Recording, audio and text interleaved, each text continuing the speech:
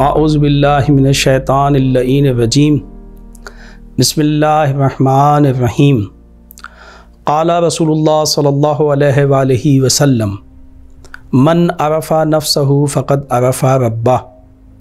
پیغمبر اسلام صلی اللہ علیہ وآلہ وسلم ارشاد فرماتے ہیں کہ جس شخص نے اپنے نفس کو پہچان لیا گویا اس نے اپنے خدا کو پہچان لیا۔ سلسلہ دروس اخلاق کا یہ 19واں درس ہے اور ہماری گفتگو کا عنوان ہے تہذیب نفس اور خودسازی کے مراحل، اور اس میں آج ہماری گفتگو ہے انسان کے تہذیب نفس اور خودسازی پر پرخوری کے اثرات۔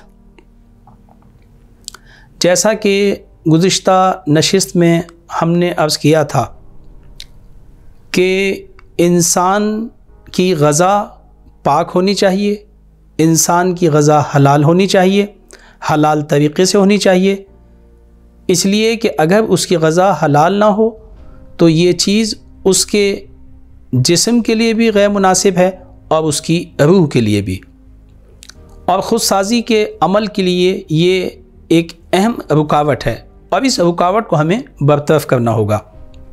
اسی طرح خود سازی اور تہذیب نفس کے سفر میں ایک اہم رکاوٹ پرخوری ہے کہ انسان اس قدر زیادہ کھائے کہ پھر اس سے ہلا نہ جائے، انسان اس قدر کھائے کہ پھر اس پہ سنگینی ہونے لگے اور وہ اپنے اندر بھاری پن محسوس کرنے لگے۔ پرخوری سے مراد یہ ہے۔ غذا، ہم نے عرض کیا تھا کہ غذا انسان کے جسم میں ایک اہم عنصر ہے اور اسے غذائیت کی ضرورت ہے۔ غذا اتنی کھائے کہ اس کے جسم کی غذائیت فراہم ہو سکے۔ اگر انسان اپنی غذائیت سے زیادہ کھائے تو پھر یہ اضافی غذا جو ہے وہ انسان کے جسم میں جمع ہونے لگتی ہے۔ جب اضافی غذا انسان کے جسم میں جمع ہوتی ہے تو پھر اس سے انسان کے جسم میں چربی پیدا ہوتی ہے، اور چربی جب پیدا ہوتی ہے تو یہ چربی انسان کے بدن میں مختلف قسم کی بیماریوں کا سبب بنتی ہے، اور یہ ایسی چیز ہے کہ جو آج پوری دنیا میں یہ بات مسلم ہے، اور چربی سے انسان کے بدن میں موٹاپا آتا ہے، اور یہ ایک ایسی بیماری ہے جو آج یہ شائع ہے، یہ بیماری پورے عالم کے اندر۔ اور یہ کس وجہ سے ہوتی ہے؟ یہ ہوتی ہے پرخوری کی وجہ سے۔ اسلام نے 1400 سال پہلے اس پہ پابندی لگائی ہے، اور آج سائنسدان اور آج تمام اسکالرز بیٹھ کے اس بات کو یقینی اور اس بات پر اتفاق کر رہے ہیں کہ ہاں، یہ جو اسلام کا نظریہ تھا یہ بالکل صحیح ہے کہ پرخوری انسان کے لیے مشکل پیدا کرتی ہے اور مختلف قسم کی بیماریوں کا سبب ہے۔ لہٰذا انسان کو پرخور نہیں ہونا چاہیے۔ انسان کو چاہیے کہ ایک اندازے کے تحت غذا استعمال کرے۔ جب ہم نے یہ کہا ہے کہ انسان کو پرخور نہیں ہونا چاہیے، تو اس کا مطلب یہ نہیں ہے کہ پھر وہ بھوکا رہے، نہیں۔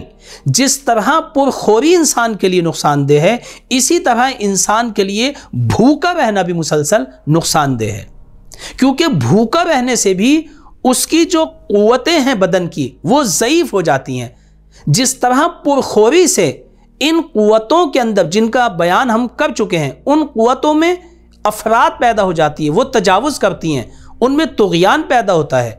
اسی طرح سے اگر انسان کم خوری کرے، انسان بھوکا رہے مسلسل، تو پھر یہ قوتیں تفرید کا شکار ہو جاتی ہیں اور پھر انسان کے لیے نقصان کا باعث بنتی ہیں۔ جس طرح پرخوری سے مختلف قسم کی بیماریاں وجود پیدا ہوتی ہیں، اسی طرح سے کم خوری سے بھی ایسا ہی ہوتا ہے۔ لہٰذا یہ کہ اعتدال میں رہ کے انسان کو چاہیے کہ غذا کا استعمال کرے۔ جہاں پرخوری انسان کے بدن کے لیے نقصان دہ ہے اور مختلف بیماریوں کا سبب بنتی ہے، وہاں پرخوری انسان کی روح پہ اثر انداز ہوتی ہے اور خود سازی اور تہذیب نفس کے عمل کو روک دیتی ہے۔ جب انسان پرخور ہوتا ہے تو پھر انسان میں سستی پیدا ہوتی ہے، انسان کاہل ہو جاتا ہے، پھر اس سے عبادت نہیں ہوتی، اور جب انسان عبادت نہ کرے اور خدا کی طرف متوجہ نہ ہو اور اس کا پیٹ بھرا ہوا ہو کہ اپنے آپ میں سنگینی محسوس کر رہا ہو، تو پھر یہ انسان اپنے پروردگار سے رابطہ برقرار نہیں کر سکتا۔ لہٰذا یہ کہ اسے پرخور نہیں ہونا چاہیے۔ اسی طرح سے جو لوگ پرخور ہوتے ہیں، جو زیادہ کھاتے ہیں، جو ہر وقت کھاتے رہتے ہیں، ان کے ساتھ یہ ہوتا ہے کہ وہ افسردگی کا شکار ہو جاتے ہیں، اور جو لوگ افسردگی کا شکار ہو جائیں ایسے لوگ بھی اپنی عبادت کو جاری نہیں رکھ سکتے، ایسے لوگ بھی پھر معاشرے سے کٹ جاتے ہیں، ایسے لوگ خود پریشان رہتے ہیں، ہمیشہ ٹینشن کا شکار رہتے ہیں، اضطراب ان کے اندر پایا جاتا ہے، اور ایسے لوگ اپنے اس سفر کو جاری نہیں رکھ سکتے کہ جسے ہم نے تہذیب نفس اور خودسازی کا سفر کہا ہے۔